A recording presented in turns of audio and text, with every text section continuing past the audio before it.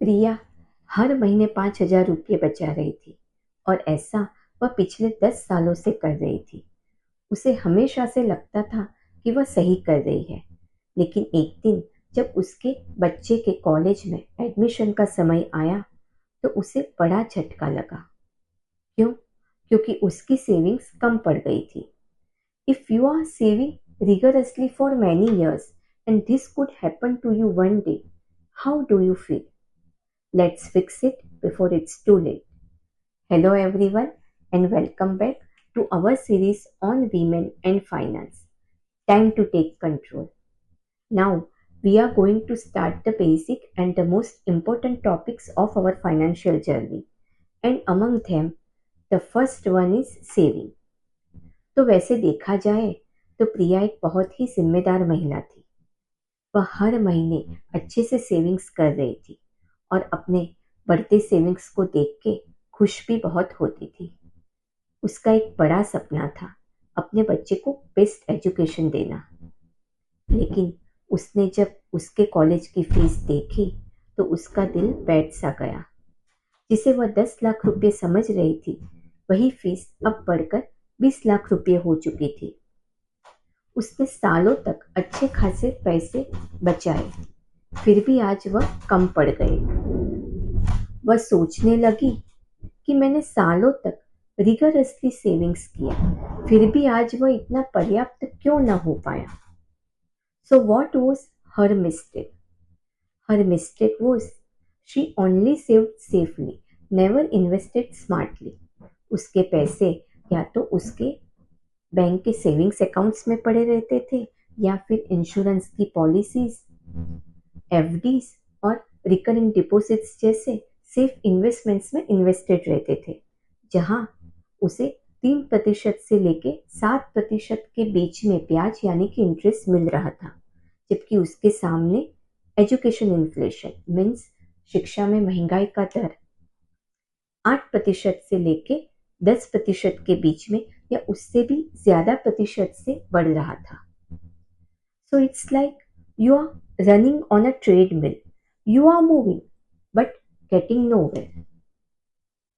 सो सिर्फ पैसे को बचाना ही पर्याप्त नहीं है, जो विमेन बहुत अच्छे तरीके से करती है, लेकिन महंगाई को मात देने के लिए उसे अच्छे तरीके से इन्वेस्ट करना भी उतना ही जरूरी है। That's why what cost you 10 lakh rupees a few years ago now cost you 20 lakh rupees. So how can you avoid Priya's mistake? Number 1, follow 40-30-30 rule. Divide your take-home salary or income into 3 parts. 40% for needs, 30% for wants, and 30% for savings and investments. Number 2, don't let your savings sit idle. Rather, invest them smartly based on your financial goals. And number 3, beat inflation.